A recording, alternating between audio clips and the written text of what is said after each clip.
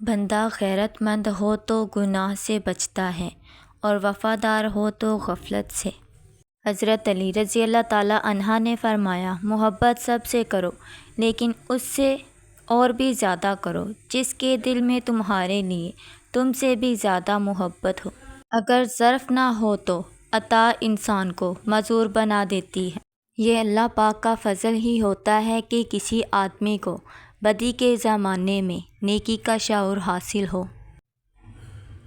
جس کی رات بیدار ہو جائے اس کا نصیب جاگ اٹھتا ہے۔ آپ کی اپنی ذاتی کائنات میں آپ نے جتنا اللہ پاک کا حصہ رکھا ہے اتنا ہی اللہ پاک کی کائنات میں آپ کا حصہ ہے۔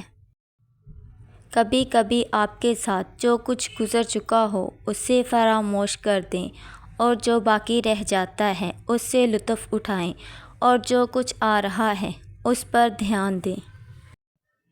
پیار کرنے کے 10 طریقے ہیں: سننا، بولنا، عطیہ کرنے، دعا کرنے، اشراق کرنے، منانے، ماننے، معاف کرنے، وعدہ کرنے کے ذریعے۔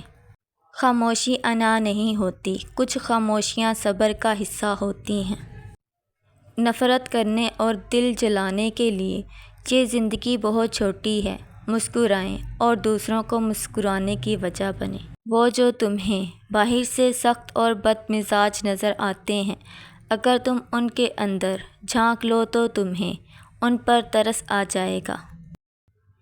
زندگی کی محفل میں جب صبر آتا ہے تو بے شمار گناہ اٹھ کر چلے جاتے ہیں۔ زندگی بہت خوبصورت ہے اگر ساتھ چلنے والے منافق نہ ہوں۔ درخت جتنا اونچا ہوگا اس کا سایہ اتنا ہی چھوٹا ہوگا، اس لیے اونچا بننے کی بجائے بڑا بننے کی کوشش کرو۔ حضرت مولانا جلال الدین رومی نے فرمایا، جب انسان کی آنکھوں سے آنسو بہتے ہیں تو اس پر رب کی رحمت برستی ہے۔ کتابوں کی دوستی بڑی ہی اچھی ہوتی ہے، وہ ہم سے باتیں تو نہیں کرتی لیکن انجانے میں بہت کچھ سکھا جاتی ہیں۔ پیار سے ڈر نہیں لگتا صاحب، ڈر تو ان دھوکے بازوں سے لگتا ہے جو پیار کے نام پر ڈستے ہیں۔ جو ہمیں سمجھ ہی نہیں سکا اسے پورا حق ہے کہ ہمیں اچھا یا برا کہنے کا، کیونکہ جو ہمیں جان لیتا ہے وہ ہم پر جان دیتا ہے۔ جیسا باہر سے دکھتا ہوں ویسا ہی اندر سے ہوں، چکنی چپڑی باتیں کر کے دھوکہ دینا میری فطرت نہیں۔ برا نہیں ہوں میں، میری بھی کچھ کہانی ہے، ٹوٹ چکا ہوں میں، بس اپنوں کی مہربانی ہے۔ اچھے انسانوں کی تو فہرست بنائی جا سکتی ہے، برے انسانوں کی نہیں، وہ بے شمار ملتے ہیں اور ہر جگہ ہوتے ہیں۔ چھوٹی چھوٹی نیکیاں کرنے سے گریز نہ کرو، کیونکہ کڑتی دھوپ میں بھی ابر کا ایک ٹکڑا بھی ابر رحمت ثابت ہوتا ہے، چاہے وہ برسے یا نہ برسے۔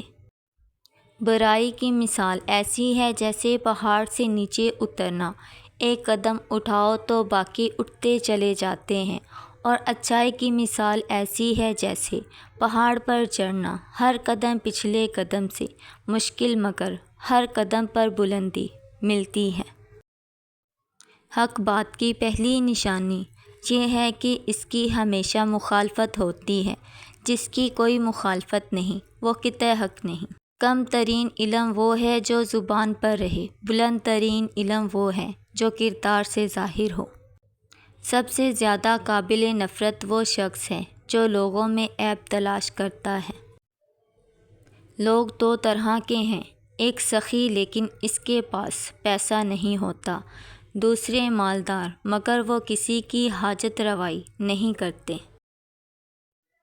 تنگ دستی میں سخاوت کرنا، غصے میں سچ بولنا اور طاقت ہوتے ہوئے معاف کرنا بہترین نیکی ہے۔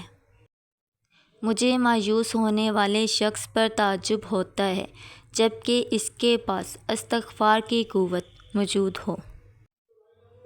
اگر تم پریشان ہو تو ماضی میں رہتے ہو، اگر فکر مند ہو تو مستقبل میں رہتے ہو، اگر سکھ چین سے ہو تو حال میں رہتے ہو۔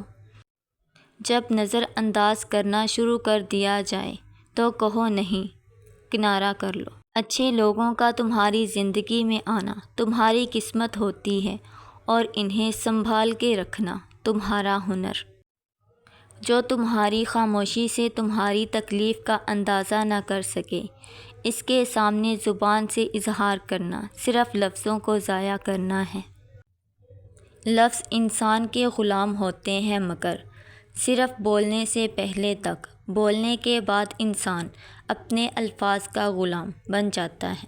کوئی تمہارا دل دکھائے تو ناراض مت ہونا، کیونکہ قدرت کا قانون ہے، جس درخت کا پھل زیادہ میٹھا ہوتا ہے، لوگ پتھر بھی اسی کو مارتے ہیں۔ توبہ کا خیال خوش بختی کی علامت ہے، کیونکہ جو اپنے گناہوں کو گناہ نہ سمجھے وہ بدقسمت ہے۔ جس سے اس کے والدین راضی نہ ہوں، اس سے اللہ بھی راضی نہیں ہوتا۔ یقین مل گیا تو منزل مل جائے گی۔ یقین اپنے فیصلے پر اور اس کی عنایت پر ہے۔ اللہ پاک کو پانے اور جاننے کا طریقہ کیا ہے؟ اللہ پاک کے محبوب صلی اللہ علیہ وآلہ وسلم کے قریب ہو جاؤ۔ کوئی بھی مشکل ہو، کوئی حاجت ہو یا کوئی پریشانی ہو، 2 رکعت نفل پڑھیں۔ ہر رکعت میں سورۃ فاتحہ کے بعد 41 مرتبہ سورۃ اخلاص پڑھیں اور سلام پھیرنے کے بعد 1000 مرتبہ استغفار پڑھیں، اور پھر اللہ پاک سے دعا کریں۔ انشاءاللہ تعالی جو بھی خواہش دل میں ہوگی ضرور پوری ہو جائے گی۔